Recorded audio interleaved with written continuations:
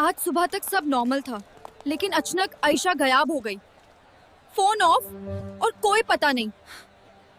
जब सारा ने आयशा की डेस्क चेक की, उसे आयशा का फोन मिल गया, लेकिन फोन में एक अजीब मैसेज था। मैसेज में सिर्फ एक लाइन थी, मुझे रोहान से मिलने जाना है, किसी को मत बताना। पार्क में सारा को आयशा का स्कार्फ मिला। अब उसे यकीन हो गया था कि कुछ बहुत गलत हुआ है।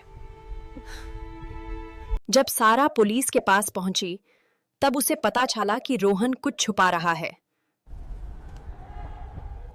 आखिर सच सामने आ गया। आयशा के गायब होने के पीछे उसका बॉयफ्रेंड रोहान ही था।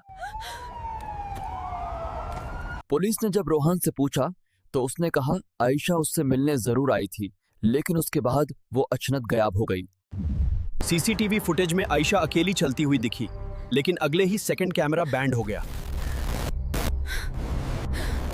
सुबह पुलिस को नादी के पास आयशा का ब्रासलेट मिला। अब मिस्ट्री और गहरी हो चुकी थी। फिर अचानक हॉस्पिटल से कॉल आया। आयशा जिंदा थी, लेकिन उसके साथ क्या हुआ था उसे कुछ याद ही नहीं था। आयशा ने आंखें खोली, लेकिन उसे कुछ याद नहीं था। उसने सिर्फ एक नाम लिया, रोहान। पुलिस को रोहान पर अब और भी शक होने लगा, क्योंकि आयशा का ब्रेसलेट उसी जगह मिला था जहां रोहान उसे मिला था। सच ये था, उस रात आयशा और रोहान के बीच बहुत बड़ी लड़ाई हुई थी। गुस्से में आयशा वहां से भागी और अंधेरे में फिसलकर नादी के पास गिर गई। आयशा बच गई, लेकिन उस रात का सच हमेशा के लिए एक मिस्ट्री बन गया। जब सारा ने आयशा का फोन चेक किया, उसमें एक नया मैसेज आया था कि सच मत ढूंढो वरना सब खत्म हो जाएगा। सारा समझ नहीं पा रही थी। आयशा का फोन तो पुलिस के पास था, फिर मैसेज किसने भेजा? उस रात सारा को पता भी नहीं था, कोई चुपके से उस पर नजर रख रहा था। आयशा को कुछ अजीब फ्लैशेस याद आने लगे, जैसे उस रात कोई तीसरा इंसान भी वहां था। अब पुलिस को यकीन हो गया था, आयशा के केस में कोई और भी इन्वॉल्व्ड है।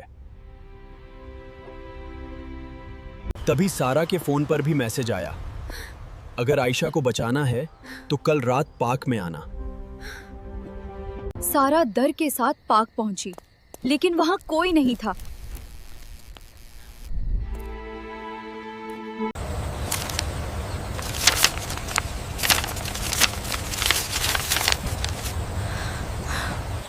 सारा जैसे ही कॉलेज पहुंची, उसने उस आदमी को देख लिया जो उस रात आयशा का पीछा कर रहा था।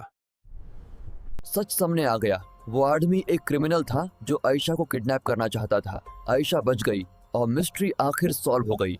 अगर आपको आयशा की मिस्ट्री स्टोरी पसंद आई तो कमेंट में लिखो नेक्स्ट स्टोरी और चैनल को सब्सक्राइब करना मत भूलना।